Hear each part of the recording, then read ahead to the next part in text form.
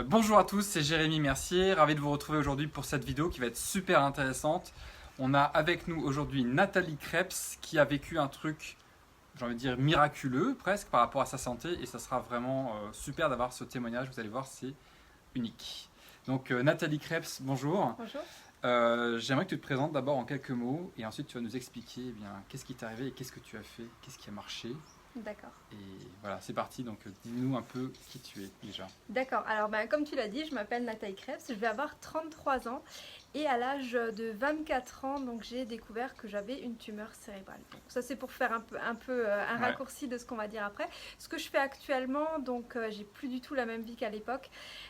Donc là, je suis formatrice internationale dans le domaine de la beauté et puis je m'intéresse aussi énormément à la santé puisque je suis naturopathe à côté, mais plus par passion que vraiment par métier. Voilà, c'est quelque chose qui me passionne depuis toujours, mais surtout depuis cet événement finalement qui m'est arrivé donc à 24 ans. Et c'est suite à ça que tu as donc créé notamment ta marque de produits cosmétiques pour les ongles naturels du coup, parce que tu fais super attention à ça. Okay. Exactement, voilà, j'ai créé en 2011 ma marque de produits ongulaires, donc du gel, du vernis semi-permanent qui est hypoallergénique parce que pour moi la santé c'était hyper important et donc de mettre n'importe quoi sur les ongles c'était juste pas possible. Ok, et c'est sûr que les produits cosmétiques c'est une des plus grandes sources de polluants qu'on a en permanence sur son corps ou en assez grande quantité, et c'est très très mal réglementé aujourd'hui. Il y a plein de produits autorisés dans la cosmétique qui sont juste une catastrophe pour la santé. Bon, ça sera un peu un autre sujet, mais oui, en tout cas, sûr. donc effectivement, donc tu as eu cette tumeur donc au cerveau, tu avais donc 24 ans à l'époque. Oui, 24 ans. Et comment tu as découvert ça et qu'est-ce que tu as fait ensuite ?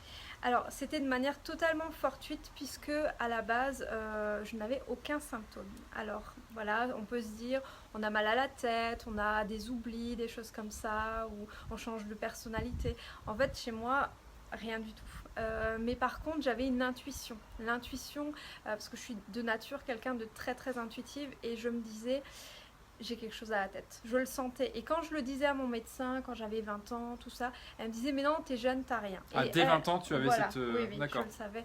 En fait, avec le recul, je me dis, peut-être que c'est pas quelque chose que je savais, mais que je pensais avoir et que cette pensée-là a développé la tumeur par la suite. Ouais. Mais ça, c'est quelque chose qui, au fil du temps, après, m'est venu comme ça. Mais en tout cas, à ce moment-là, je savais que j'avais quelque chose et qu'il fallait que je le découvre... Donc dès 20 ans, tu avais un pressentiment et à 24 ans, c'est là que tu as fait cette découverte. Voilà, exactement. En fait, j'ai dû déménager quelque part pour changer de médecin, pour que lui me prenne au sérieux et me dise, parce qu'en fait, mon père a une rupture d'anévrisme quand j'étais très jeune, j'avais 12 ans. Il est resté quelques mois dans le coma pour décéder ensuite et j'avais entendu à ce moment-là le médecin dire... c'est un problème congénital, donc qui dit congénital dit peut-être héréditaire, et que j'en souffrais peut-être éventuellement. Donc j'avais une faiblesse au niveau, au niveau du cerveau, tout ça qui pourrait faire que j'ai à mon tour une rupture d'anévrisme un jour. Et quand tu as eu ce message donc là, à l'âge de 12 ans, du coup ça a généré une forme de peur, de dire mais moi aussi je peux avoir ça, et c'est ça, d'accord. Ouais, exactement. Okay. Et je pense que en fait le fait d'avoir nourri cette peur a fait que la tumeur se développe. D'accord. Voilà. Ok. Donc tu n'avais aucun symptôme physique, juste un pressentiment. Voilà. Le premier médecin n'avait pas envie de te faire quoi que ce soit comme examen parce qu'il s'est dit c'est bon, elle est folle celle-là, elle débloque. Oui, et le deuxième a dit écoute, on peut vérifier. Et qu'est-ce qui s'est passé alors ? Donc j'ai fait une IRM et on a vu, il m'a fait attendre dans la salle d'attente. En plus je l'ai passée toute seule. Il m'a fait attendre très longtemps dans la salle d'attente et là je me suis dit ouf, il y a peut-être un problème. Oui. Et à ce moment-là, il m'appelle dans son bureau. Il avait un air très très grave et tout. Et il me dit, il n'y a pas de rupture d'anévrisme, ça c'est le bon point, mais il y a une tache blanche et on ne sait pas ce que c'est. Et moi tout de suite, je me suis dit, c'est une tumeur cérébrale. Et du coup, assez rapidement après, on a effectivement découvert que c'était une tumeur cérébrale. Et une tumeur cérébrale pas très gentille en plus, c'était pas le truc bénin. Est-ce qu'elle a un nom particulier que tu peux alors partager ? À la base on pensait que c'était un astrocytome de bas grade, donc de grade 2. Et en fait c'est une particularité, donc en fait il y a seulement quelques pays qui réglementent ça différemment. Donc moi c'est un oligodendrogliome de bas grade. Oligodendrogliome de bas grade, voilà, c'est ça ? C'est ça, exactement. Donc c'est une forme d'astrocytome qui a à voir avec un problème au niveau de la myéline, tout ça. Transmission des informations, enfin voilà. Ok. Bon, on va pas rentrer dans les détails, mais en général, quand on a ça, déjà, c'est plutôt une tumeur d'homme de 40 ans, c'est ce qu'on m'a dit. Ah, ok. Donc moi, femme, 24 ans, je me suis dit, bon, C'est- ouais. c'est pourquoi ça me tombe sur moi. Mhm. Et en fait, par la suite, voilà, on m'a dit que j'avais une espérance de vie à peu près de 10 ans, max. D'accord. Voilà, Ils t'ont que je dit pourrais 10 pas ans. avoir d'enfant. D'accord. Pas d'enfant non plus. D'accord. Ouais. Tu peux expliquer C'était pourquoi, très quel lien il difficile. faisait avec le fait de ne pas avoir d'enfant? Mais en Pourquoi? fait, quand on a des enfants, on a des hormones de on sécrète beaucoup d'hormones de Mhm. croissance. Et ces hormones de croissance vont venir nourrir la tumeur. D'accord. Également. Et donc la faire grossir plus vite. Voilà. C'est ça? Donc on a beaucoup de chances de tomber au stade 3 voire 4. Et D'accord. là, il nous reste quelques mois. Toi, c'était à stade 2, hein, c'est bien ça? Stade 2, ouais. D'accord. Et c'était logique pour eux qu'il n'y ait aucun symptôme ou pas? Tu te souviens de ça? Pas franchement, non. D'accord. Ok. D'accord. Pas vraiment.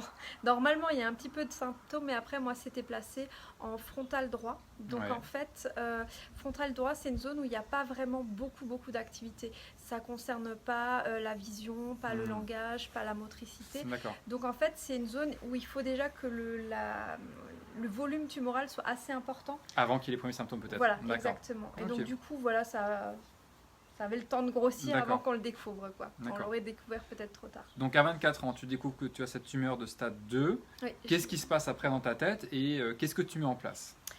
Alors, tout de suite, je vais vous dire que c'était un coup de massue. C'était Ah, ça, vraiment c'est- voilà, le ciel qui me tombe sur la tête. J'ai beaucoup pleuré, Ouais. énormément.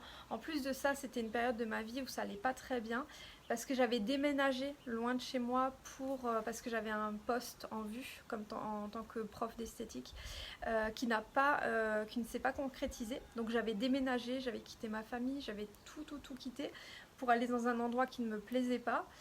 Dans un couple où j'étais pas forcément très bien non plus et donc plus trop d'avenir professionnel puisque j'avais arrêté mon institut pour pouvoir prendre cet emploi Ouais. de prof et en plus la tumeur qui me tombe dessus, donc là je me suis dit bon, on s'acharne. Ouais, c'est Et la tuile supplémentaire. voilà, quoi. et là D'accord. à ce moment-là j'avais plutôt une attitude de victime où je me disais mais pourquoi moi, D'accord. j'en ai marre, est-ce que ça suffit pas, Mm. j'ai déjà eu assez d'épreuves dans ma vie, perdre mon père aussitôt c'était Ouais. la grosse épreuve de ma vie, maintenant j'ai ça. Mm. Et, C'est un peu le monde est contre moi et je suis la pauvre voilà. victime de ouais, j'ai été dans la vie qui cette- s'acharne. Exactement, j'ai été dans cette démarche en fait pendant pas très longtemps. Ça s'est compté en jours ou semaines, D'accord. vraiment pas longtemps, où j'ai fait on va dire une rapide dépression D'accord. éclair, D'accord. où j'avais plus trop envie de sortir, où je me sentais pas trop bien. Mais le fait, voilà, j'allais beaucoup marcher, le fait de sortir, ça m'a fait quand même D'accord. énormément de bien. Y compris pendant cette période de dépression? Ouais. D'accord, ok. Ouais. Je me forçais à sortir, et le fait d'en parler, j'en parlais, D'accord. et ça m'aidait beaucoup à y voir plus clair. D'accord. Ouais. Et qu'est-ce qui s'est passé après? Est-ce qu'il y a eu un déclic particulier qui a fait que tu as commencé à te prendre en main? Ouais. Alors il y a eu un vrai déclic. Alors là, je vais peut-être parler de choses que les gens, voilà, vous y adhérez peut-être pas forcément tous.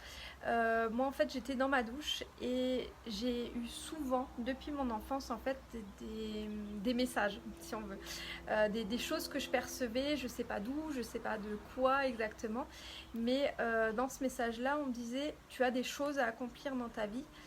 Cette tumeur-là, prends-la comme une opportunité dans ta vie parce que ça va te permettre d'avancer plus vite, ça va te permettre voilà, de gagner 10 ans, 15 ans en maturité, et ce qui a été le cas d'ailleurs. Et en fait, ton but dans la vie, ce sera d'aider énormément de femmes. Et c'est pour ça aussi que je fais cette vidéo aujourd'hui. C'est pour ça que j'ai ma chaîne YouTube où j'aide énormément de femmes. C'est pour ça que je me suis lancée aussi dans ce domaine-là, à la base. Et en fait... ça m'a donné un espoir. En fait, je me souviens que j'étais sous ma douche et je pleurais de gratitude. D'accord. Tellement, en fait, je me disais, mais en fait... c'est un cadeau. Voilà, c'est un cadeau. C'est pas... voilà, c'est pas ce calvaire que j'aurais pu imaginer. Et surtout, j'ai eu le message que j'allais m'en sortir, que j'allais être guérie. Ok. Et on m'a dit que ma guérison allait permettre à d'autres personnes de suivre mon exemple et de guérir aussi. Et je me suis dit, waouh, mais j'ai cette mission-là, c'est incroyable. Quand tu dis que tu as eu ce message, c'était Ouais. des images ou des sons? Non, c'était quoi? c'est toujours, en fait, quand je reçois vision, je sais pas si on peut appeler ça Mhm. comme ça. C'est toujours comme si je le savais. La D'accord. seconde d'avant, je le sais pas, la seconde d'après, je le sais. D'accord. C'est comme si, hop, l'information venait. D'accord. Et C'est d'un comme coup, s'il y a je une le sais. connexion qui se fait aussi Voilà, quelque part, c'est et puis ça. tout d'un coup, tu as accès à un message qui était déjà Ouais. là, mais cette Ouais. fois, il devient conscient un peu, Voilà, c'est ça? comme si en une microseconde, tu peux voir finalement tout le reste de ta vie, Hmm. mais enfin des brides, on va Ouais, dire, d'accord. à différents moments, et qu'après tu revenais, et là waouh, c'est juste extraordinaire quoi. Oui. Tu te dis, mais si c'est ça mon avenir, je veux bien me battre pour y arriver quoi. D'accord. Ouais. Alors du coup, tu as eu quelques semaines auparavant ce diagnostic qui est assez sombre. Oui. Tu as Très. 10 ans à vivre selon Max. selon Max, ces ouais. personnes. Et donc, qu'est-ce que le médecin envisageait pour toi et qu'est-ce que tu as fait? Alors on m'a dit au départ, on surveille, parce que c'est une tumeur à évolution lente, Mhm. mais où le pronostic est toujours fatal. Dans D'accord. pratiquement 100% des cas. D'accord. C'est très très très rare qu'il y a des guérisons spontanées. D'accord. Donc on comptait pas du tout dessus. Et on m'a dit, si la tumeur grossit trop, on va devoir opérer. Mais dans ce cas-là, on parlait à ce moment-là d'astrocytome, et on disait que, enfin le médecin m'a dit que c'était pas vraiment chimio, enfin voilà, que ça répondait pas trop ni à la chimio D'accord. ni à la radiothérapie. De toute façon, j'ai dit, je n'en veux pas. Mhm. Donc c'est réglé. De toute façon, même si ça avait été le cas, je n'en voudrais pas. Parce que je sais que ça fait plus de dégâts que D'accord. l'inverse. Tu avais cette vision-là, de toute façon, chimio et radio, ça Impossible. c'est pire encore. Voilà. D'accord. Ouais. Ok. Et puis je tenais trop à mes cheveux. Ah, d'accord. Aussi. Ok, Le intéressant. côté très féminin. Même si je les avais plus que pour à l'époque, mais je dis non, je les perdrai pas. Ok. Et donc du coup, après j'ai eu un petit moment de rechute, on va dire, où j'ai mon moral qui est nouveau un peu descendu, parce que j'allais beaucoup sur internet pour essayer de trouver des solutions. Mhm. Et quand je voyais en fait les pronostics, tout ça, je me disais, mais attends, mais pourquoi tu crois que tu vas guérir toi? Qu'est-ce que tu as de particulier? Si tout le monde en meurt, pourquoi toi tu vas en guérir? Et au bout d'un moment, je me suis dit, non, mais arrête de penser comme ça. Mais le mal était fait, puisqu'en l'espace de 3 mois, la tumeur a grossi de... Je sais plus si c'était 1 ou 3 cm, mais c'était assez énorme D'accord. comparé à la taille de la tumeur. Donc ils se sont dit, en fait, c'est un truc à évolution lente, mais n'empêche que là, ça a évolué Ça assez a évolué fortement. d'un sur coup en 3 mois, ouais. Tu avais un suivi, tu as eu un suivi pendant ces 3 mois ou bien c'est premier truc, après deuxième truc à 3 mois? En fait, pendant 10 ans, je dois être suivie tous les 3 mois. D'accord, ah ok. Voilà, Ok. ouais, vu que c'est une tumeur à... À évolution lente. Donc Ouais. là, c'est le deuxième examen. Alors on Mm. dit, ah bah en fait, ça a grossi assez vite. Ouais. C'est En ça fait, c'était pas le deuxième, je crois que c'était le troisième, donc 6 mois après, parce D'accord. qu'en fait, au début, ça allait, ça restait plus ou moins, ça D'accord. augmentait un peu, mais ça restait plus ou moins stable. Et deuxième examen après, donc là, ça avait... Mais parce que je m'étais mis en tête que je voulais être opérée. Et je pense D'accord. que le fait que Ok. je me répète tout le temps, je veux être opérée, il fallait une raison. D'accord. Donc, Du coup, tu as en gros permis à la tumeur d'atteindre un stade suffisamment important pour Voilà. qu'ils se disent, on opère. là, on opère. Ouais. Ok. Et j'ai trouvé en fait un super bon médecin avec qui j'avais un feeling extraordinaire. Parce qu'avant ça, j'étais allée voir un autre médecin et lui, c'était pas du tout ça. Hmm. Donc, un bon conseil, essayez de trouver un médecin avec qui vous avez le feeling, parce que Ouais. voilà, le premier, On c'était n'est du pas tout obligé de prendre le premier médecin venu. Quoi. Ah non, C'est- non, non, pas on du a tout. presque un choix. C'est ça. c'est notre responsabilité de faire le choix de la personne qui nous convient. Tout à fait. Ok, Ouais. très bien, excellent. Et lui m'a dit, écoute, j'ai envie de t'opérer comme si t'étais ma fille, parce que j'ai pas d'enfant, mais voilà, si j'avais un enfant, je voudrais qu'elle te ressemble, et j'aimerais faire ça pour toi, j'ai envie que tu vives et tout. Et il me dit, je sais bien, je sens que tu vas... Voilà. Il m'a vraiment donné... Très positif. Voilà, très très positif. D'accord, Ouais. excellent. Alors que le premier, voilà, il disait, bon, on opère, mais dans 6 mois après, il faudra à nouveau opérer. Ouais. Voilà, il me parlait de personnes qui s'étaient fait opérer 4-5 fois de suite et qui baissaient les bras parce qu'ils en avaient ras-le-bol. Quoi. Ok. Donc, moi, c'était pas dans cette optique-là. Hein. Moi, c'était une fois, c'est réglé. D'accord. Et, ouais. Donc là, on est 6 mois après le diagnostic, en gros. Ouais, à peu près. Mais après, on n'a pas fixé de date tout de suite. D'accord, ok. Hein. En fait, le diagnostic a été posé le 9-9-9 et l'opération a été faite le 8-9-10. Voilà, Ok, 8, 9, donc c'est-à-dire un an après. un an après. Un an après Ouais, le parce diagnostic. qu'on a laissé encore un peu D'accord. de Il temps. n'y avait pour pas voir si ça allait- d'urgence Non. selon lui pour opérer. Non. D'accord, ok. Et toi, est-ce que tu as vu à ce moment-là des symptômes apparaître ou pas suite Non. à grossissement de la tumeur? Non, Non. toujours pas de symptômes. Non. Ok. Tu sais qu'il y avait un truc, mais il n'y avait pas de conséquences sur Non. tes pensées ou Non. sur ton corps. Ok. Pas du tout. D'accord. Non. Ok. Donc il y a eu cette. Est-ce que tu as fait des changements dans ton hygiène de vie après le diagnostic? Et si oui, qu'est-ce qui s'est passé? Qu'est-ce que tu as fait comme Alors changement? après le diagnostic, j'ai essayé de me renseigner un petit peu sur Mhm. l'alimentation, sur tout ça, mais j'ai pas vraiment mis de choses en place. D'accord. Avant l'opération, pas grand-chose. Donc pendant un an, tu n'as pas vraiment changé Non. ton mode de vie? Non, non, D'accord. non. J'ai même assez mal mangé. D'accord. Ouais. Presque, oui, d'accord. Parce que voilà, vu que j'étais un peu dépressive, tout ça, je mangeais pas mal de chocolat, D'accord. L'alimentation, Ouais. confort, Voilà, c'est ça. Parce qu'en rassurante et- plus, en plus, le médecin m'avait dit te prive de rien et tout. Ah oui. C'est faux. Ne faites pas ça. Quel C'est médecin pas bon. t'avait dit ça? Celui du diagnostic ou bien celui qui voulait- Tous les médecins. Tous les médecins, Ils c'était ne comme ça. savent pas. D'accord. En fait. Ouais. Ils n'ont pas d'informations sur Non. la nutrition en fait, c'est ça? Pas du tout. D'accord. Pas Ok. du tout. Donc toi, au contraire, tu commences à trouver d'autres informations sur Voilà. Internet. C'était ça par là que tu faisais tes recherches. Ça. Donc tu as été opéré donc le 8, 9, 10, c'est ça? Oui, c'est ça. D'accord.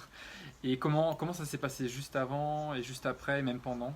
Alors, avant l'opération, j'étais hyper optimiste. D'accord. Voilà. Ma mère avait très peur, mais moi, je savais que tout allait très bien se passer. Et donc, du coup, j'ai plutôt bien dormi la nuit. Bon, il y avait juste une personne qui ronflait à côté de moi. Donc, Dans la c'était même un peu- chambre? Oui, Ah, c'était un peu d'accord. compliqué. Donc j'avais demandé en pleine nuit à changer de chambre, mais ça s'est pas fait. Bon, j'ai dormi quelques heures. Et du coup, après, donc on m'a réveillée très tôt le matin parce que je devais être opérée, je crois, à 8 h le matin. Donc D'accord. le temps de faire tous les préparatifs, je crois qu'il était 5 h. Quand on m'a réveillée, je dû prendre une douche avec un produit qui sent très mauvais, qui fait des cheveux horribles. Ah Ouais, oui, ouais. d'accord. Je sais pas si c'était la biceptine ou un truc comme ça. Ok, Enfin, je voilà. ne sais pas. Ok. Et du Pour coup, éviter que ça infecte ou Voilà, parce oui, qu'ils oui. allaient ouvrir le crâne, hein, Voilà, c'est ça? Hein? ouais. Mhm. Et donc du coup, après, on m'a dit de compter à rebours, on m'a mis Non, on m'a même pas mis de masque, parce que moi je m'attendais à avoir le masque. On m'a dit, je vais vous faire une petite Ouais, c'est piqûre ça. dans le bras pour vous détendre. J'ai dit, ok. Et puis après, le noir. C'est ça. Je me souviens avoir compté 10, 9, Fini. c'est tout. Ok. Et Ça va très vite. voilà. Et en fait, je me suis réveillée. Comme si je m'endormais, je me suis réveillée. Alors juste avant que Ouais. tu parles de ça, est-ce qu'ils t'ont annoncé qu'il y avait un risque particulier pendant l'opération ou pas? Oui, toujours, bien sûr. Ouais, mais je c'était- risquais de mourir pendant Ah oui, l'opération. ils ont dit ça quand même. Ah oui, oui, bien sûr, il y a D'accord. toujours des risques que je risquais de faire des hémorragies après. D'accord. Que, bien sûr, Mais il y toi, a- tu étais il y a des positif par rapport à risques. ça? Ah oui, moi je savais D'accord. que tout allait Toi, très c'était bien bon. se Ok. passer. Ouais, ouais, D'accord. hyper Donc- positif. Donc tu te fais opérer, tu te réveilles, Mm. et là qu'est-ce qui se Je me passe? réveille, en fait, forcément j'étais sous morphine, donc un peu joyeuse, on va dire. Bon, je le suis déjà naturellement. Et en fait, je pensais que j'allais passer au bloc. Je pensais qu'en fait, on m'endormait au bloc. Donc je savais pas que je me réveillais de l'opération. Ah oui, Je d'accord. pensais en fait qu'on m'avait mis un petit anesthésiant, que j'avais fait une petite sieste et que je me D'accord. réveillais.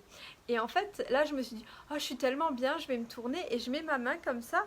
Et là, je sens que j'ai un pansement, un Ah. tout gros pansement autour de la tête. Parce qu'en fait, on m'a ouvert de là jusqu'à là. Et on D'accord. m'a percé un trou là, en laissant encore un trou là. Et ouais, les deux là, je crois que j'en ai un troisième, je sais plus trop. Ouais.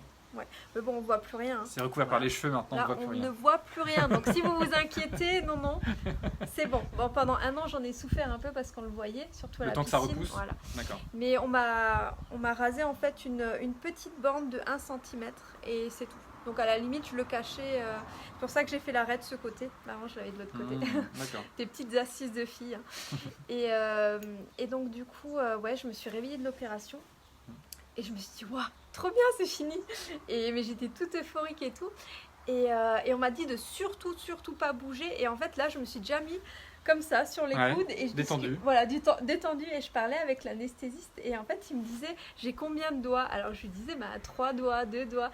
Et puis, en fait, je rigolais un petit peu en même temps. Et je lui disais, bon, faut vous presser quand même. Hein. Il y a des gens qui m'attendent et tout. Ah oui. Parce que je savais que mon ex-copain et puis que ma mère m'attendait à mon réveil. quoi. D'accord, Enfin, ok.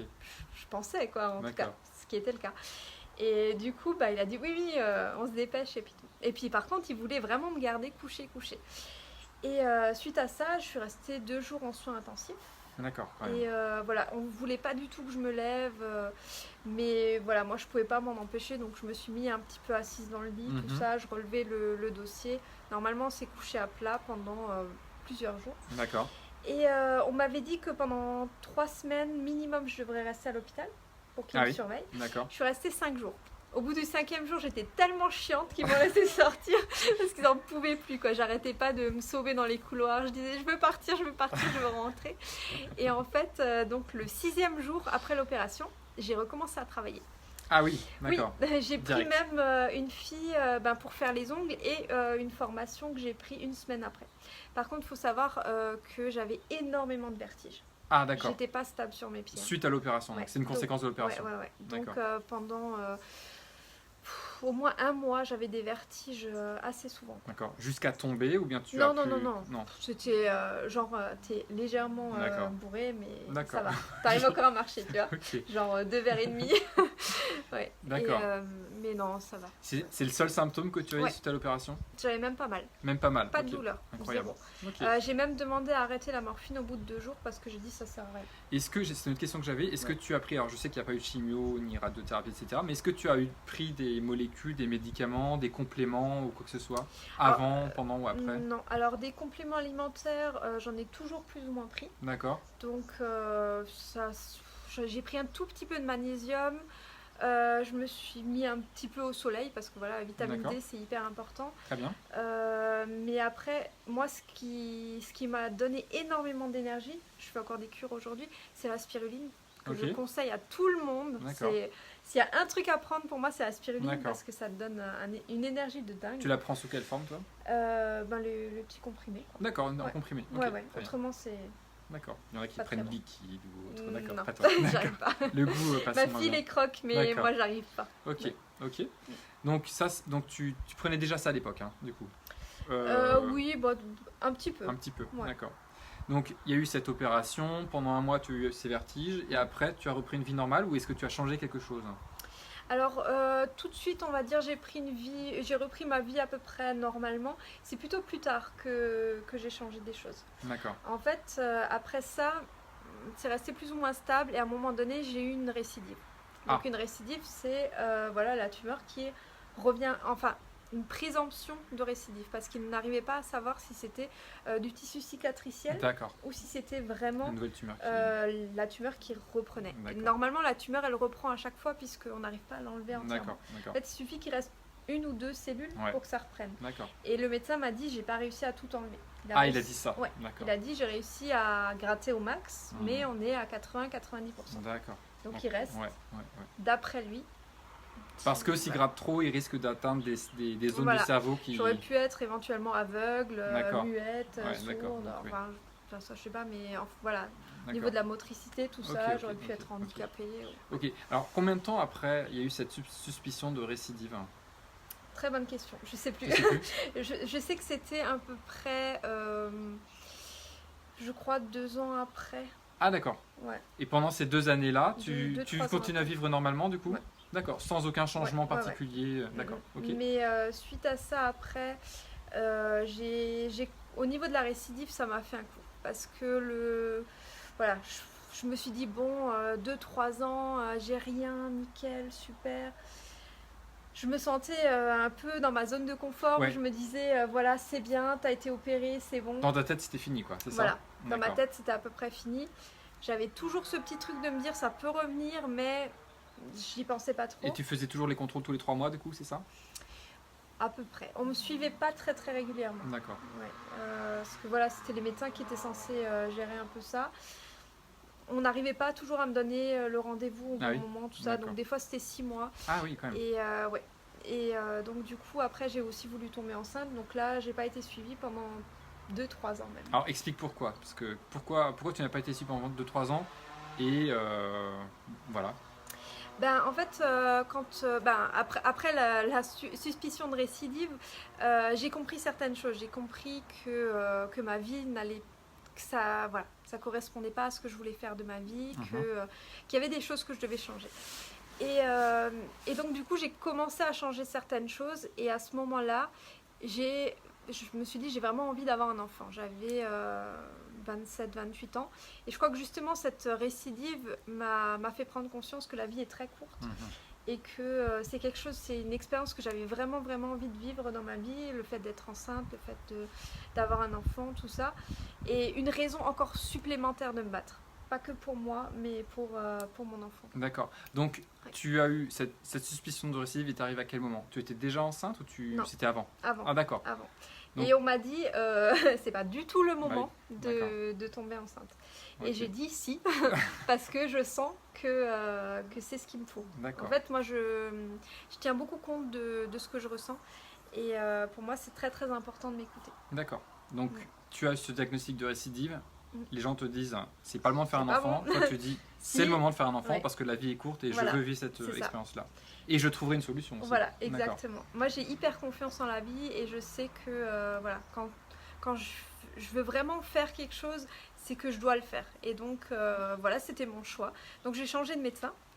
Parce qu'entre-temps, le médecin qui m'a opéré est parti à Paris, parce qu'il y avait des petits problèmes. Donc, on m'a mis avec un très très vieux médecin D'accord. qui ne m'écoutait pas, qui était très Vieille école. con. Voilà. Et faut le dire, hein, des fois. Je pense qu'il est à la retraite depuis quelques années maintenant. Et du coup, j'ai changé de médecin pour aller pour choisir le chef de service. D'accord. Et du coup, lui m'a dit, écoute, si vraiment tu veux, écoute, voilà. Là, entre-temps, la suspicion de récidive, elle n'avait pas bougé depuis 1 an, je crois, à D'accord. ce moment-là. Ok. Donc il m'a dit, écoute, ça n'a pas bougé depuis 1 an. Si vraiment tu le sens, D'accord. allez. Il m'a dit, moi j'attendrai 2-3 ans. Je dis, j'ai 27 ans quand même, j'ai quand même envie de... Voilà. D'accord. Mais il me dit, voilà, si tu le sens, écoute, c'est bon. Et donc, 15 jours après, j'étais enceinte.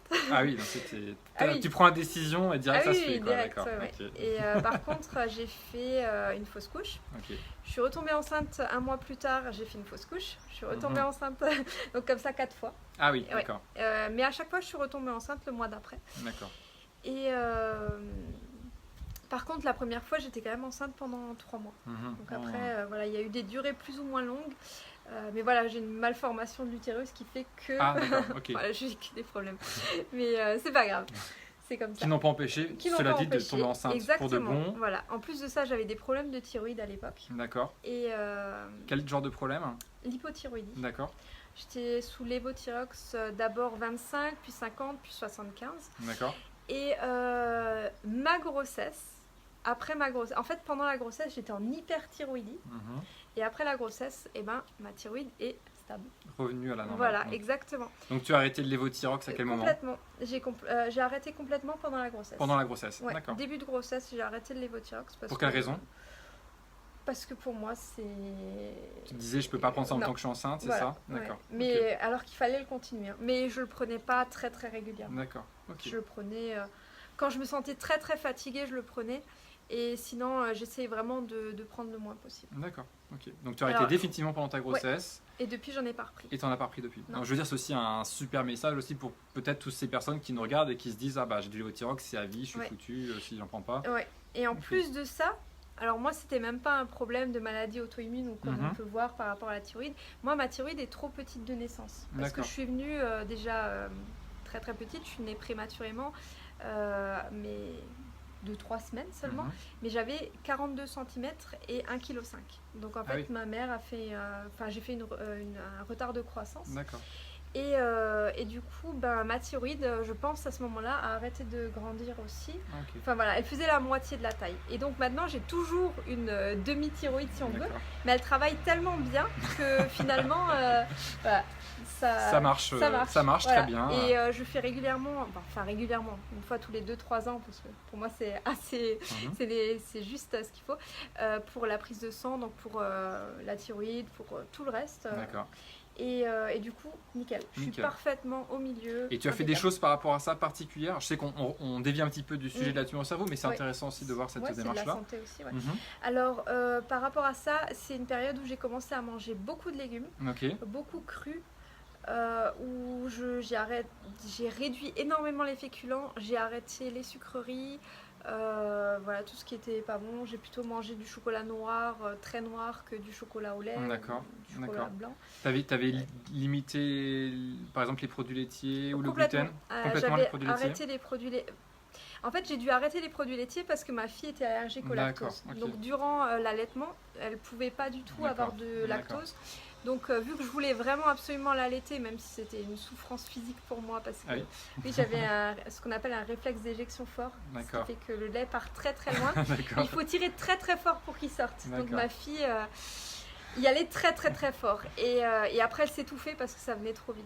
Et donc, du coup, c'était un peu problématique. Oui, j'ai eu tout ce qu'on peut avoir, je crois. En tout cas, bon, tu l'as quand même allaité. Je l'ai quand même allaité. Tu as supprimé les produits laitiers pour pas qu'elle souffre de cette intolérance au lactose. Voilà. Et suite à ça, j'en ai plus mangé. T'en as plus mangé, d'accord. Enfin, quasiment plus. Je veux dire, voilà, maintenant, ça va être un bout de fromage de temps en temps. Mais pas de yaourt, pas de lait. J'ai remplacé par le lait d'amande. La crème, c'est la crème de coco. Soja, j'en prends pas trop. D'accord. Et est-ce que par rapport au gluten, tu fais quelque chose par rapport au blé, je veux dire ça c'était plus tard. Plus tard, d'accord. Plus tard, ça, j'ai la thyroïde, tu as pu régler ça sans supprimer forcément à l'époque le gluten. D'accord. Mais les produits laitiers, oui. D'accord, produits laitiers, oui. Et puis manger beaucoup plus de légumes et plus de cru aussi. Plus de cru. Et moins de sucreries. Ok. Exactement. Très bien. Ok. Donc revenons à ta grossesse. Donc tu étais sous lévothyrox avant, tu n'es plus sous lévothyrox. Tu as cette suspicion de tumeur qui revient, de récidive. Bon, ça c'était un an avant. C'était un an avant. Donc pendant la grossesse, tu as encore ça. Oui, alors pendant la grossesse, ce qu'il faut savoir, c'est qu'on ne peut pas faire de suivi. Ah. J'ai pas pu faire, je faisais une spectro et une IRM, donc spectro tous les 6 mois, IRM tous les 6 mois, et le médecin a refusé de me faire l'un et l'autre. Pourquoi? Parce qu'il y a un produit qu'on t'injecte pendant l'examen. Oui, il y a un produit de contraste, voilà, il voulait pas qu'il y ait aucun, enfin voilà, il voulait pas qu'il y ait de risque, et moi j'étais assez d'accord sur ça, donc j'ai dit bon. Donc pas de suivi pendant la grossesse, on attend. Seulement, après ça, donc je devais avoir un rendez-vous avec mon médecin. Et quelques jours avant, il est mort en opération. Donc pendant une opération du cerveau, il a fait une crise cardiaque. Pendant que lui opérait, il a fait une crise cardiaque. Voilà, donc le mec avait le cerveau ouvert et il est tombé. Ça, c'est un peu le gag. C'est un peu... tragique. Mais... Tragique, Et du coup, j'avais plus de médecin. D'accord. Et ça, c'était donc le chef de service qui aurait dû prendre la... Est-ce que c'était le même que le premier qui t'était fait... Non, d'accord, c'est le... D'accord, ok. Ok, donc ce médecin-là est mort et ensuite... Et après, j'étais perdue dans la nature. Tu étais perdue dans la nature parce que toi, tu voulais te faire réopérer après ça ou bien tu voulais juste continuer? Non, c'était juste une sorte de suivi, c'est bien ça. D'accord, ok. En fait, on voulait voir si ça bouge pas. Parce qu'en fait, ils étaient même pas sûrs que c'était une récidive parce qu'en fait, j'ai changé de lieu d'IRM entre-temps. Il faut savoir que les appareils ne sont pas calibrés pareil et que les coupes au niveau du cerveau ne se font pas au même endroit. Donc c'est hyper important ça aussi parce que c'est-à-dire que si vous êtes surveillé par des personnes à différents endroits, elles vont peut-être analyser les choses d'une façon complètement différente. Tout à fait. Donc moi j'ai pensé que je devrais que aller dans le deuxième endroit qui est plus proche de chez moi. Parce qu'avant je devais faire 200 km aller-retour pour faire une IRM. Là j'avais 30 km aller-retour. Donc moi ça m'arrangeait de les faire plus près de chez moi. D'accord. Et du coup, je me suis dit, on va quand même en faire plusieurs pour voir si effectivement il y a quelque chose ou pas. Et là, à chaque fois, on me disait, ça bouge pas, ça bouge pas. Donc eux-mêmes ne savent pas si c'est une récidive ou si c'est du tissu cicatriciel qu'il y avait déjà à l'époque, mais vu que la coupe passait soit au-dessus, soit en dessous, elle serait peut-être passée... Admettons que là c'est le tissu cicatriciel, si on a une coupe juste là, une coupe juste là, on le voit pas. Tandis que sur l'autre appareil, s'il y a une coupe là et une coupe là, là, pile dessus et ça se voit bien. Exactement. Et c'est ce que je pense qui s'est passé. Mais c'était une très bonne chose puisque ça m'a donc permis d'avoir une petite fille, puisque ça m'a donné le déclic pour et ça m'a guéri la thyroïde aussi. Double effet qui se coule. Je l'ai senti. Ok. Et ensuite, qu'est-ce qui s'est passé? Est-ce qu'il y a eu des changements particuliers dans ta vie, encore dans ton alimentation? Qu'est-ce que tu as mis en place pour t'assurer que ça ne revienne pas, qu'il n'y ait pas de récidive et que normalement, tu disais que tous les patients qui étaient opérés pour ce type de tumeur, ça repoussait systématiquement. Exactement. Et toi, donc, ton dernier examen, il date de quand? Il y a quelques mois. Ça doit faire 3 ou 4 mois. Donc, il n'y avait toujours rien? Non. Alors que ça fait du coup 7 ans et demi ou 8 ans presque que tu t'es fait opérer, quoi. Oui.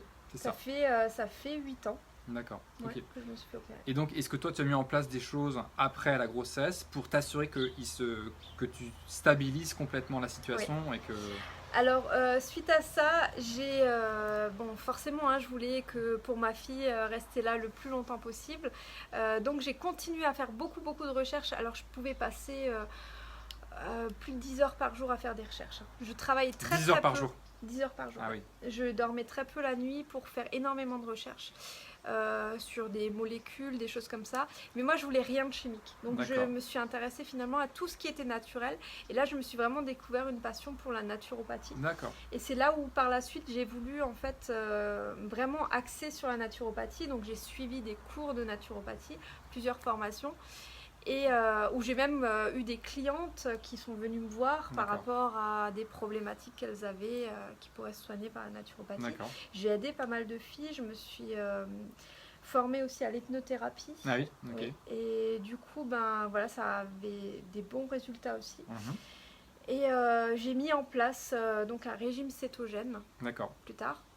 Ok. Et ça, je sentais que ça me faisait beaucoup de bien. D'accord. Alors, est-ce que tu peux expliquer pour ceux qui nous regardent, Ce que c'est quoi le régime cétogène et comment toi tu l'as peut-être adapté à ta situation Oui, à toi? je l'ai totalement adapté en fait. Je ne suis pas le régime cétogène tel qu'il est prescrit, pas du tout.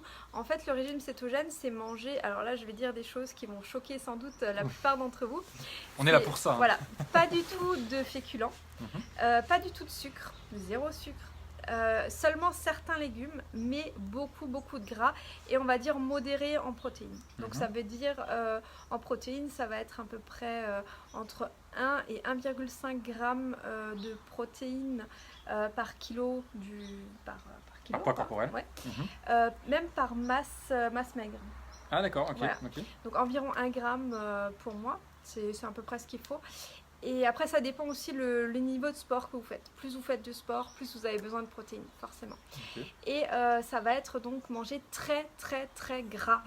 Donc ça veut dire de l'huile, du beurre, des choses comme ça, vous en rajoutez partout. Dans les légumes, ça baigne dans l'huile. Vous faites 2 œufs au plat, ben vous mettez 40 grammes de beurre avec. Si vous ne savez pas, prenez votre... Ça fait une bonne portion de beurre. Voilà. D'accord. Ouais. Et vous en aurez encore pas assez. Mhm. Et en fait, le gras rassasie très vite. Donc on Mhm. a besoin de manger moins. Donc ce que je faisais en parallèle, à côté, c'est que je faisais un jeûne intermittent. C'est-à-dire Mhm. que je ne mangeais pas le matin, parce que de toute façon, j'avais pas faim le matin. Donc si vous n'avez pas faim le matin, c'est un signe que vous n'avez pas besoin de manger. Donc n'écoutez pas les médias Voilà. qui vous disent ne mangez. pas se forcer à manger Voilà, le matin si on n'a jamais, pas faim jamais. le matin. Oui. Ou le soir, ceux qui Mhm. se forcent à manger le soir alors qu'ils n'ont pas faim. De toute façon, si vous n'avez pas faim, c'est que vous n'avez pas besoin de manger. Mhm. C'est quelque chose qu'il faut retenir, il faut s'écouter. Donc du coup, jeûne intermittent, associé au régime cétogène, donc très gras et donc très peu de sucre. Le seul sucre qu'on a, c'est certains légumes, comme Ouais. voilà, même les carottes sont proscrites, Ouais. même les courges, les courges. potirons, voilà, les courges, les choses comme ça, qui contiennent du sucre, les panais, Ouais. les légumes... Tous les légumes racines et les voilà. courges, donc trop riches en voilà, glucides. les pommes de terre, les patates douces même sont Ouais. trop sucrées, voilà, D'accord. toutes ces Ok. choses-là. Donc on peut manger de la salade, on peut Plein de manger légumes du verts. céleri, C'est voilà, ça. tous les légumes verts Voilà. en général. Et Un peu de tomates, tu disais. ouais, un peu de tomates. Moi j'aime bien les tomates cerises, donc j'en mangeais pas mal. Et sinon des amandes. Alors les amandes c'est le mieux parce que noix, noisettes, il y a un petit peu plus de sucre dedans. D'accord. Les noix du Brésil, j'en mangeais pas mal. Ouais. Et les noix de pécan. D'accord. Donc Voilà. les oléagineux les plus gras. Oui. C'est ça. Alors pas les noix de cajou, ils sont trop sucrés. Ah oui, Les d'accord. noix de cajou, ouais. D'accord, ok, Voilà. intéressant. Et qu'est-ce que tu mangeais d'autre à part donc ces oléagineux, donc beaucoup d'huile, Mm. de beurre aussi. Oui. Est-ce que le beurre tu le clarifiais ou pas? Oui. Tu retirais donc la Ouais, partie lactose. oui, ok. c'est ça, ouais. Donc tu faisais du ghee en fait, hein, Du c'est ghee, ça. D'accord. exactement. ok. Ouais. G-H-E-E, Oui. comme ils font en Inde et dans Tout la à médecine fait. ayurvédique. Oui. Ok. Et oui, je mangeais des olives à côté, Des olives. des avocats, D'accord, tout ce qui est gras, qu'on ne s'autorise pas à manger d'habitude, c'était tout ce que je mangeais. d'accord. Et en fait, vous vous faites super plaisir en mangeant ce genre d'alimentation. Et l'avantage, c'est que si vous avez un peu de poids à perdre, en fait, vous perdez au niveau de la zone abdominale très rapidement et au niveau de ce qui est viscéral. Donc, toute la Graisse viscérale. graisse viscérale, en fait, vous allez la faire fondre. Et c'est cette graisse-là qui finalement pose des problèmes au niveau de la santé. Donc, voilà, vous posez sans doute la question aussi, est-ce que le taux de cholestérol augmente? Eh bien non, mon taux de cholestérol n'a pas augmenté. D'accord. En tout cas, le mauvais n'a pas augmenté, le bon a un petit peu augmenté, mais du coup, je suis... Tu étais parfaitement je suis dans les. Ok. Ouais. Et est-ce que tu as eu un suivi à ce niveau-là ou bien Non. tu as fait ça toute seule? Zéro suivi. Ok. Par contre, le régime cétogène prescrit beaucoup de produits laitiers. D'accord. Et vu que j'en consomme plus, eh ben, pas de fromage, pas de... Juste le beurre, mais qui est un produit laitier particulier, puisque Oui. c'est quasiment que de la graisse. Oui, d'autant du plus que je le clarifie. En plus, tu donc clarifies, c'est donc tu que, retirais le lactose et tu retirais la caséine, donc la protéine du lait de vache, Exactement. qui est très problématique et qui Oui. là donc était absente de ton régime cétogène. Tout à fait. Intéressant parce que c'est vrai que Ouais. beaucoup de gens qui font un régime cétogène vont vraiment mettre le paquet sur les produits laitiers qui sont C'est gras pas bon. et bon le beurre ok effectivement, mais les autres Oui. moyens. Et j'ai même Beurre clarifié, pardon. voilà. Et beaucoup d'huile de coco. Parce Beaucoup qu'en d'huile de fait, coco. l'huile de coco, c'est une huile saturée. Alors, je ne vais pas dire de bêtises, mais il me semble la chaîne Courte, moyenne. Voilà, moyenne. Je ne savais plus courte ou moyenne. Non, non. Et ça permet en fait d'arriver en cétose beaucoup plus rapidement. D'accord. Donc, Ok. manger de la noix de coco, c'est bon. D'accord. Donc la manger telle quelle ou bien en huile. Oui, C'est alors ça en huile, c'est mieux parce qu'il n'y a pas du D'accord, tout oui. de gras, Il y a pas du tout de glucides. sucre. Voilà, mais la manger D'accord. fraîche, j'aimais bien aussi. Ok, très bien. Et donc quand tu t'es mis en régime cétogène, c'est un régime que tu as tenu sur combien de temps? Un an, Un an complet, permanence cétogène. quasiment. D'accord. Ça m'arrivait de sortir un petit peu, mais quelques jours, je retombais en cétose et j'arrivais même à être en assez forte cétose. Quoi. D'accord. Ouais. Tu mesurais ça donc avec Des bandelettes. Des bandelettes. Ouais, qui devenaient violettes foncées. Donc c'est un test urinaire. Hein. Voilà, c'est D'accord. Mhm. Ok, donc le matin pour vérifier si tu es en cétose. En journée aussi? Comment ça se passe? Ouais, je le faisais assez régulièrement. D'accord, assez Pour avoir à régulièrement. différents moments de la journée. Ok, ok. Ouais, voir si je sortais pas, si je faisais un petit écart. Genre Ok. si je mangeais un petit peu plus de chocolat, parce que vous pouvez manger du chocolat noir. Et très noir par contre. Ouais, très noir. Moi, c'était du 85, voire 90%. D'accord, ok. Donc tu as été pendant un an comme ça avec ce régime cétogène adapté, donc très très pauvre, enfin sans produits laitiers sauf du beurre clarifié. Tu mangeais Ouais. un peu de viande aussi, c'est ça? Oui, de la viande. Ouais. D'accord. En quantité importante ou pas? Non, enfin, j'en mange, je sais pas. C'est difficile à dire, ça dépend des semaines en fait. Il y a des D'accord. semaines où je vais quasi pas en manger, des semaines où je vais en D'accord. manger tous les Ok, jours en fait. ok, d'accord. Donc je m'écoute. Voilà, encore D'accord. une fois, si j'ai envie d'en manger. Est-ce que tu j'en prenais mange. des viandes particulières? Alors je suis pas trop viande rouge, moi je suis D'accord. plutôt viande blanche. D'accord. Donc ça va être plutôt du poulet, de la dinde. Est-ce que tu choisissais par exemple de la volaille du coup, je sais pas, nourrie avec des graines de lin pour être plus riche en oméga 3 ou est-ce que tu prenais ça? Alors là maintenant je prends du bleu blanc cœur. À D'accord. l'époque je savais pas trop que ça existait, mais voilà, j'essaye quand même de prendre des choses chez le boucher ou voilà des animaux D'accord. qui viennent un peu du coin. D'accord, ok. Donc tu as eu ce régime cétogène donc un peu, enfin pas mal modifié quand même pendant un an. Donc ça c'était en quelle année? Vers 2015 à peu près du coup, c'est ça? Plus tard. Un peu plus tard Ouais, encore? ouais, D'accord. 2016. Et là tu as senti que ça, enfin ça jouait comment sur ta santé et sur ta tumeur entre guillemets ou récidive La tumeur, de toute façon ça bouge pas. Ça n'a pas bougé. Non, Ok. non, ça c'est totalement stable. Mais en fait, alors je sais pas si c'est lié à ça parce qu'il y a eu des changements dans ma vie aussi. Je me suis séparée D'accord. très peu de temps après mon mariage parce que je me suis rendu compte que c'est quelque chose qui me correspondait pas, cette situation-là. J'avais des problèmes relationnels avec une personne de cette famille avec qui je sentais vraiment, j'étais vraiment très très triste. D'accord. Toutes les nuits je pleurais, je me sentais très seule, D'accord. très affaiblie par cette personne qui avait vraiment une emprise négative sur moi. Ça c'était peu longtemps après ton accouchement, c'est bien ça? Ou non, c'était ça avant? faisait déjà des années. Hein. Non mais je veux dire quand tu t'es séparée. Non, je me suis séparée, oui, elle avait 2 ans à peu près. Ah oui d'accord, ok. Ouais. Ok. Et donc, Tout à fait, donc 18. Et donc, si on faisait un peu un récapitulatif de ce que tu as mis en place et qui, selon toi, t'a permis de garder, de ne pas faire de récidive, contrairement à tout ce qu'on a pu te prévoir, c'est quoi en fait les éléments les plus importants? La première chose, c'est l'espoir. L'espoir, Ouais. ok, bon ça pour moi, c'est la base de la base de la base. Avant même l'alimentation, avant tout, c'est si vous-même vous vous dites je suis perdu, vous êtes perdu. Parce qu'on attire à soi ce à quoi on pense. Donc si vous vous dites j'ai une chance de m'en sortir, je vais me permettre de m'en sortir grâce à ma foi. Alors moi je suis pas trop foi religieuse, mais plutôt foi spirituelle. Je crois qu'il y a quelque chose, je crois à l'univers, si on veut. c'est une foi en la vie de manière générale. Une foi en la vie, exactement. Et j'ai même une foi en moi. Ouais, voilà, okay. Je sais pas si c'est vraiment de la confiance en soi ou si c'est de la... j'ai l'impression que ça va au-delà de ça. D'accord. C'est de l'amour, on va dire, pour... et de la gratitude pour la vie qu'on m'a donnée. En fait. D'accord, ok, très bien. Voilà, et Donc je ça, c'est me la dis, première chose. voilà, ça, c'est la première chose. Voilà. Donc première chose, l'espoir. Ensuite, Ouais. Et deuxième chose, ça va être beaucoup l'alimentation. Je pense que ça joue quand même. d'accord. Voilà, parce que le sucre va nourrir vos tumeurs, les tumeurs, cancers, parce que la tumeur c'est un cancer. Hein. Voilà, c'est la même chose. Ça va nourrir les maladies, ça va détraquer un peu le corps au niveau des maladies auto-immunes, les scléroses en plaques, les choses comme ça. Tout est lié au sucre et au lactose. Beaucoup, et puis bien sûr le gluten aussi. D'accord, ok. Voilà. Et quand tu n'es pas en régime cétogène aujourd'hui, je vais revenir un petit aparté. Ouais. Qu'est-ce que tu manges? Tu fais attention à ton alimentation, je le sais encore, mais de quelle manière? Je vais éviter de manger trop sucré, mais en fait, il y a des périodes où je me fais quand même plus plaisir. Il y avait une période où je mangeais par exemple plus du tout de glace. Là, je mange un peu de glace, même si je sais que c'est des produits laitiers, mais je ne vais pas en abuser non plus, parce que je sens que ça ne me fait pas du bien. En fait, j'écoute mon corps. Dès que je sens que quelque chose ne me fait pas du bien, je vais plus en manger. Donc occasionnellement, tu te permets des extras ou des excès, entre guillemets, et après tu reviens sur quelque chose qui te convient mieux dès que tu sens que le corps ne réagit pas bien. Voilà. Après, ce que je fais aussi plus... déjà, j'ai supprimé tout l'alcool, j'ai jamais fumé de ma vie. Donc pour moi, ça c'est hyper important d'avoir une hygiène de vie assez saine. Je fais beaucoup plus de sport aussi. Je vais marcher... alors, il y a une époque, je marchais tous les jours, pratiquement 10 km. 10 km par jour, donc ça fait une bonne j'aime trotte, bien marcher. déjà.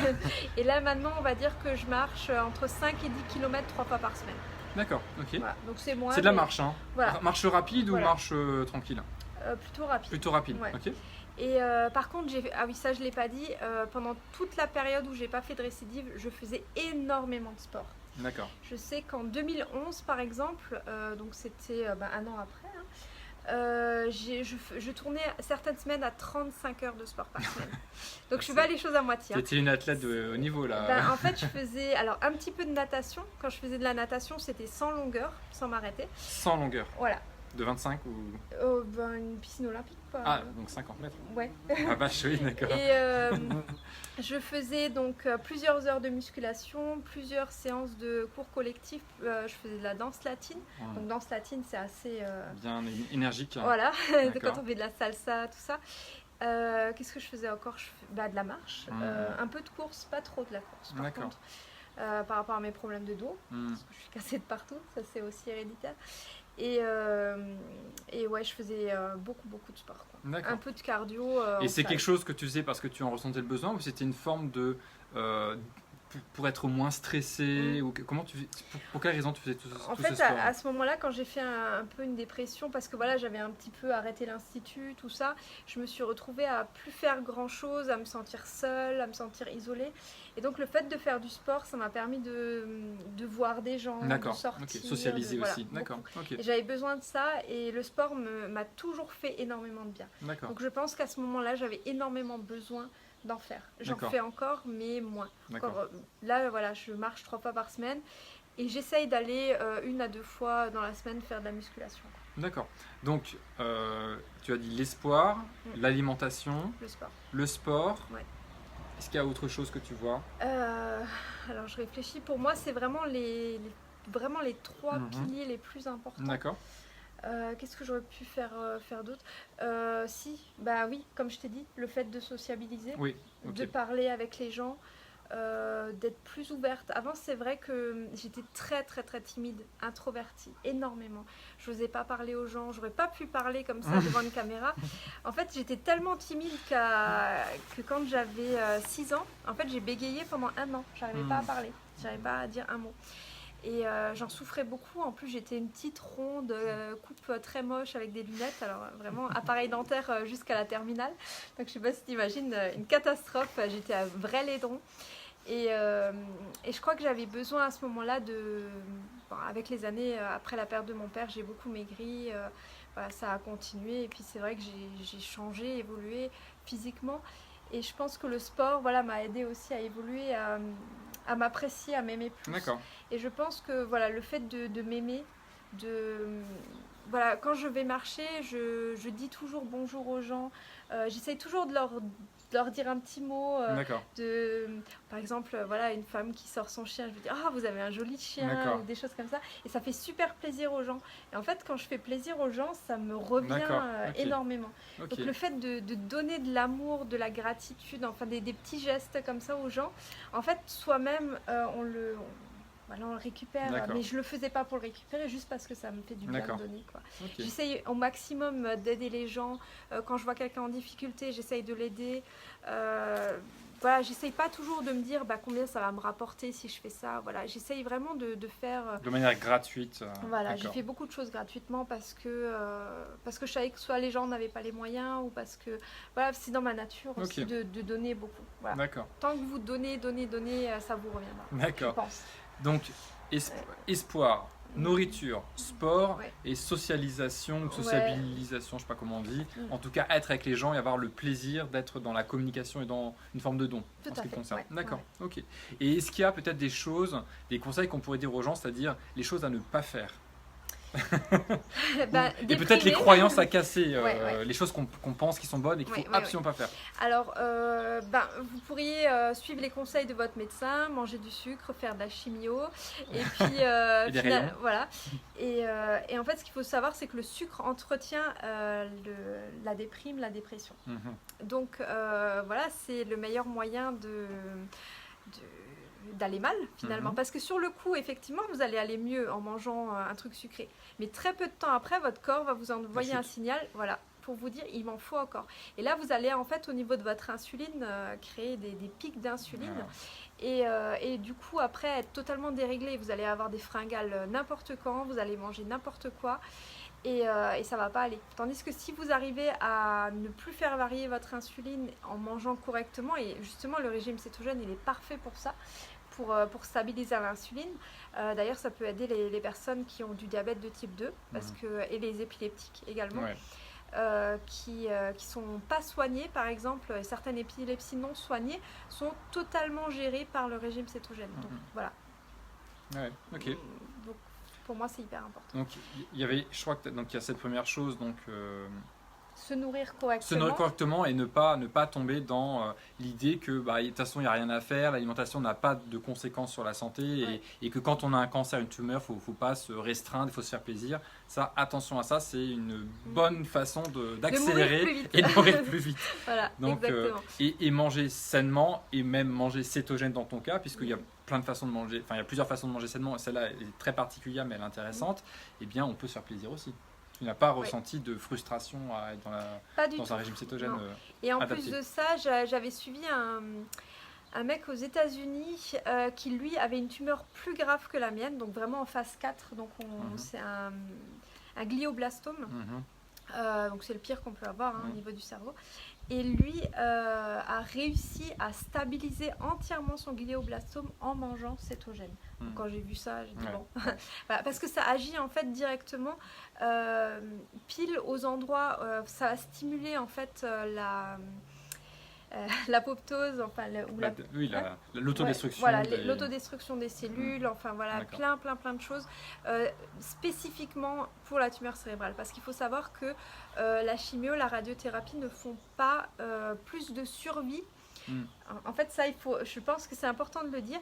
Les résultats sont ils trichent un petit peu sur les résultats. Parce qu'en fait, on vous dit, oui, vous allez avoir tant de chances de guérir, entre guillemets, avec la chimio, la radiothérapie. Le problème qu'il y a, c'est quand il y a des guérisons spontanées, ils sont sortis de l'étude.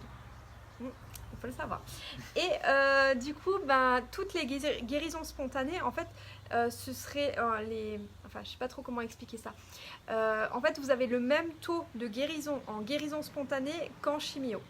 Voilà, il faut le savoir. D'accord. Et donc du coup, il n'y a pas de survie réelle quand on regarde globalement les choses. Il n'y a pas d'amélioration entre la chimio et le groupe témoin qui fait rien. Par contre, vous allez avoir une chance énorme 10 ans après d'avoir des métastases, qui veut dire un autre cancer. Donc métastases au foie, métastases au cerveau, si vous avez au poumon, voilà. Un peu partout. D'accord. Okay. Parce que vous avez donné de la force au cancer pour se déplacer.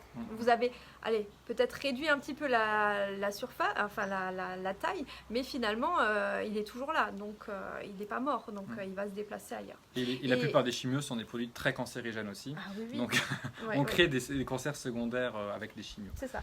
Ok. Donc je vous conseille pas. Donc Encore une fois, ça n'engage que moi. voilà. Vous Après, prenez vos propres décisions. Voilà. C'est ton expérience. C'est mon Bon, expérience tu as personnelle. fait énormément de recherches par rapport à ton cas particulier. Voilà, tout à fait. Tu as vu que le régime cétogène était très adapté à ton cas. Effectivement, j'ai pu voir que pour des problèmes des neurologiques surtout, c'est extrêmement efficace.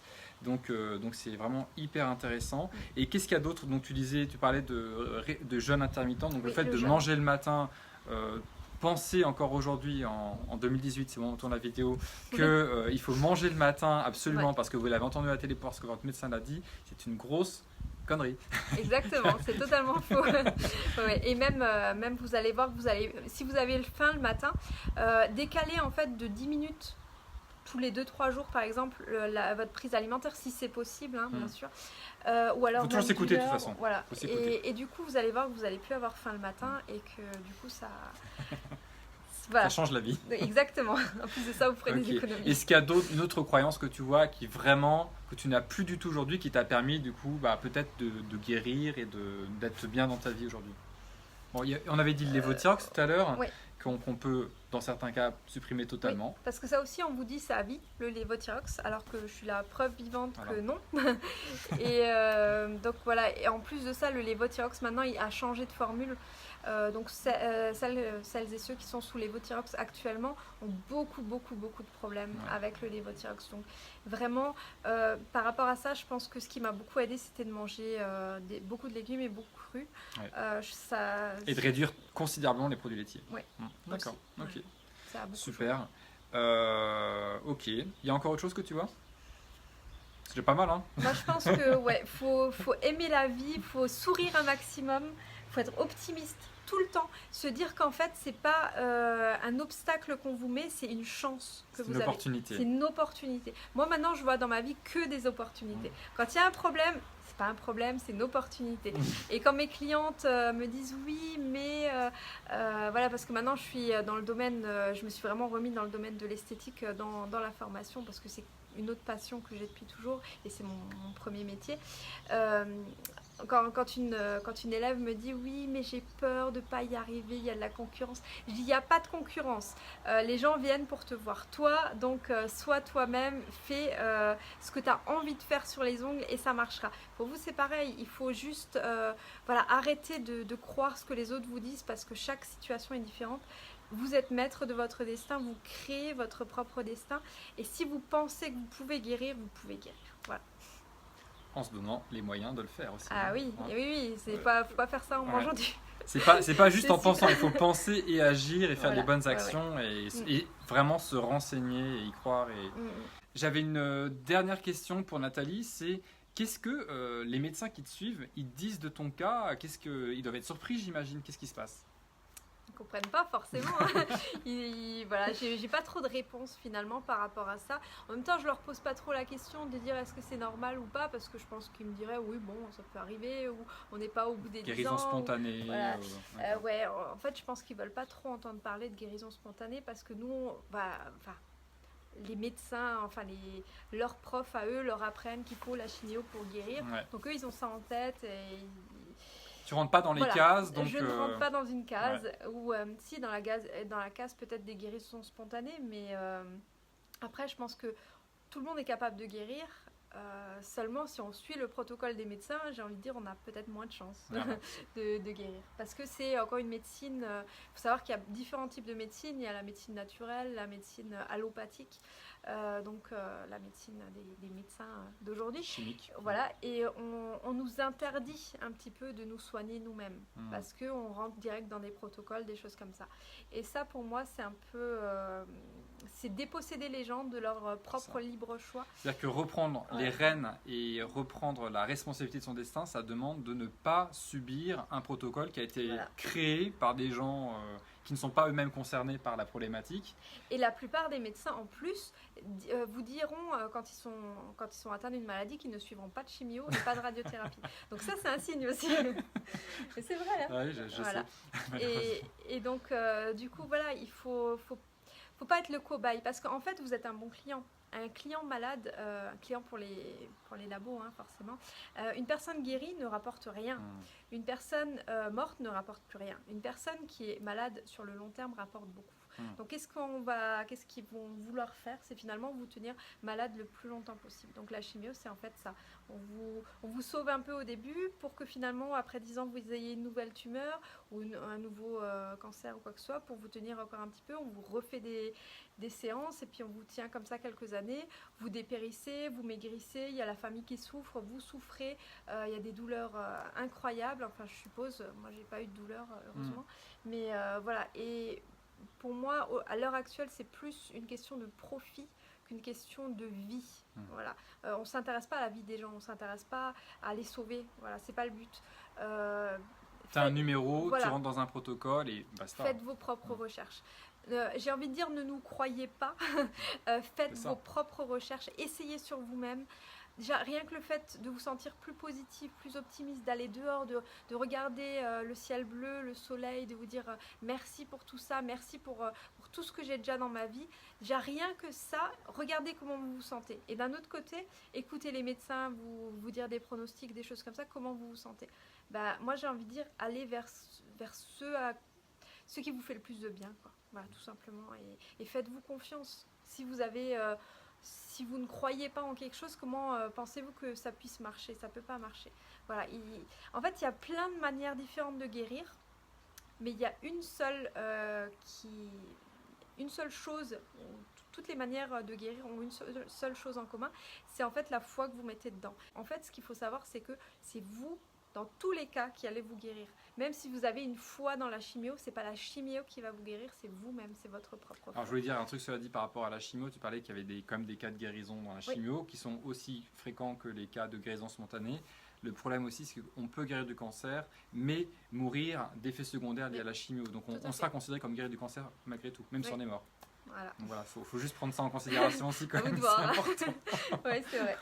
Donc faire attention à tout ça, et c'est vrai que c'est pas un chemin simple, hein, c'est un gros challenge, mais moi j'ai aussi la conviction que quand on a ça qui nous arrive dans la vie, on a les capacités pour le surmonter. C'est-à-dire que ça n'arrive jamais pour nous enfoncer, c'est toujours une opportunité. Après, est-ce qu'on va la saisir, l'opportunité ou pas, c'est une autre question. C'est une leçon, voilà. Et tout dépend de ce que vous voulez apprendre de cette leçon. Soit vous en apprenez quelque chose et vous arrivez à grandir d'un coup énormément, vous changez complètement peut-être de vie, de mode de vie, ou alors finalement si vous n'êtes pas capable de surmonter cette épreuve, voilà. J'ai envie de dire malheureusement vous sombrez, quoi. Ouais. Donc, il y a deux choix. Voilà. Donc le choix vous appartient. Maintenant, voilà, la question c'est est-ce que je veux continuer à être la victime ou bien est-ce que je deviens responsable? Est-ce que je reprends tout mon pouvoir? Et si je reprends ce pouvoir-là, tout est possible. Hein. En tout cas, bravo pour ce parcours qui est hyper inspirant. Enfin, vous allez nous dire en dessous de la vidéo ce que vous pensez de ça. Enfin, moi, je trouve ça juste magique et magnifique. Et j'ai hâte de vous présenter d'autres cas comme celui de Nathalie, de personnes qui ont réussi à prendre la responsabilité de leur santé et à devenir vraiment maîtres de leur destin et à pas subir comme une victime ce qui se passe de l'extérieur, la tuile, c'est pas de chance, c'est toujours moi qui prends, etc. Enfin bref, non, toi tu as vraiment réussi à reprendre les rênes de ton destin et à en faire une force, c'est juste merveilleux.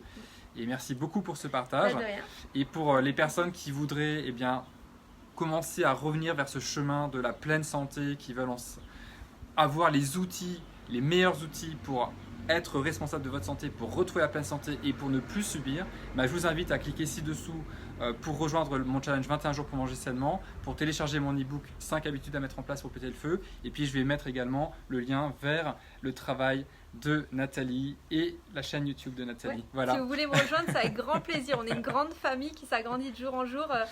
Voilà, on est vraiment à l'international. Donc si vous avez envie de changer de vie, avoir plus de liberté, je vous accueille avec très très grand plaisir dans la famille. Ouais. Merci à tous, à très bientôt et prenez soin de vous. Bye bye. Bye.